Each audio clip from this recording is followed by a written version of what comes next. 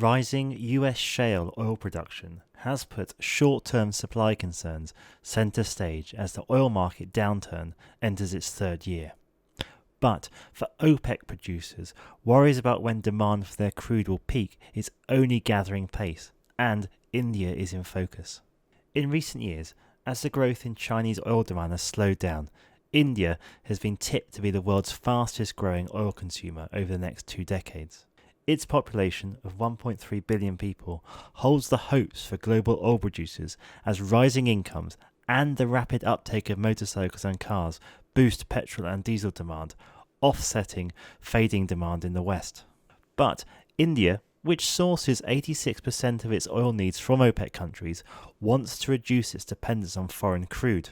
Already close to overtaking China as the country with the most deaths caused by air pollution, it also wants to prevent rapid motorization from suffocating its cities. While India's total demand for oil is forecast to continue rising, year-on-year growth will flatten within the next 15 years as the country embraces cleaner fuels and greener technologies. India has made strides in shifting towards renewables for power generation and has ambitions for all new cars to be electric by 2030.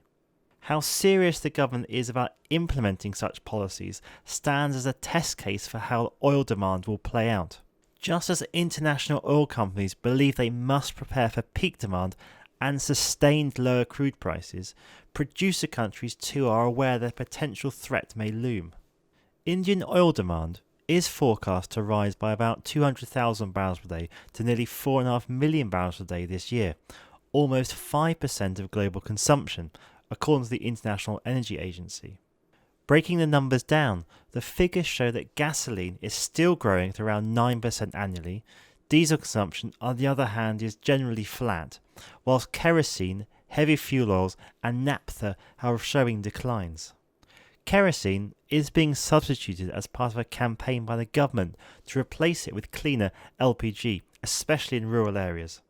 In support of this policy, it has reduced the subsidy on kerosene, causing its retail price to rise and consumption to fall.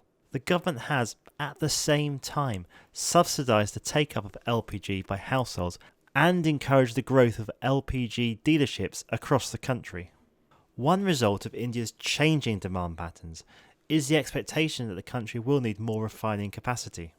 India's refinery network consists of a number of state-owned companies, which are mainly tasked with supplying the domestic market, and 2 large privately owned refineries, which tend to focus on exports. The government has called on India's oil refiners to carry on increasing capacity in order to meet the expected increase in domestic demand over the coming years.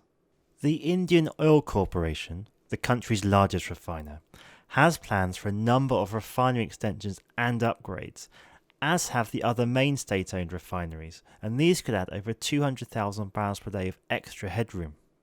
Assumptions made about government policies and consumer trends in important oil importing nations are vital for OPEC's producers who are sitting on trillions of dollars worth of crude reserves and whose economies rely on oil sales.